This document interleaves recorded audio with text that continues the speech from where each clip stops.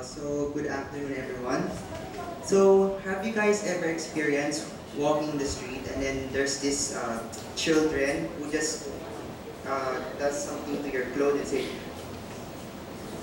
right? And have you guys heard about the bush kids here around the corner?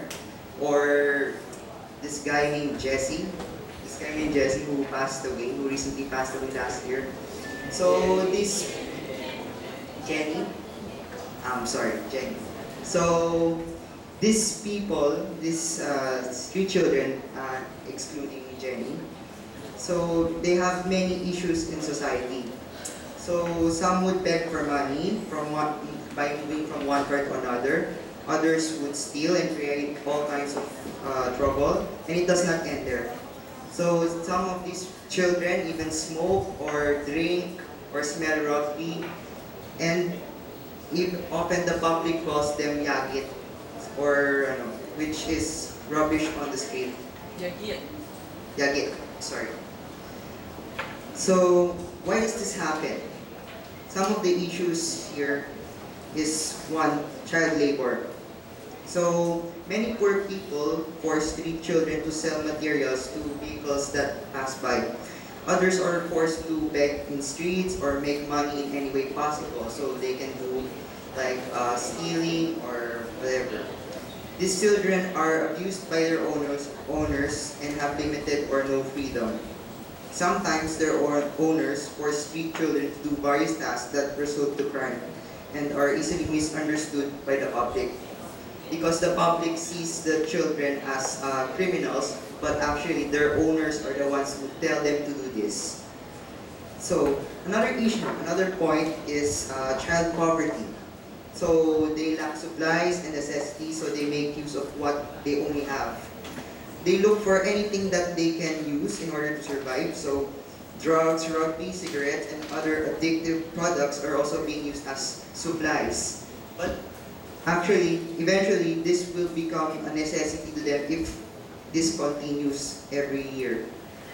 So this poverty is what induces street children to be into many kinds of vices. And lastly, there is also child abandonment. In some scenarios, street children are left with no families or owners.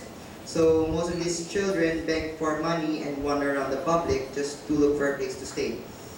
Some of them make a barkada and do fun things together, but their definition of fun comes in many different ways. Some would say like bullying, smoking, or smelling rugby is fun. So they all do it together as a group. And there's this cycle of poverty that each time, the poorer you are, the less education you have. The less education you have, the more ignorant you become. And the more ignorant you become, the less jobs you have. And then it will be passed down to your children and your grandchildren, and it will never stop.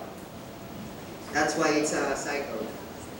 So to conclude all of this, all of us can do something about these children, despite us, we don't have to give them money, but we can actually donate food, clothes, or any necessity that they may need, besides smoking and stuff. Because eventually, if you give them money, they will spend it on bad stuff like smoking, etc.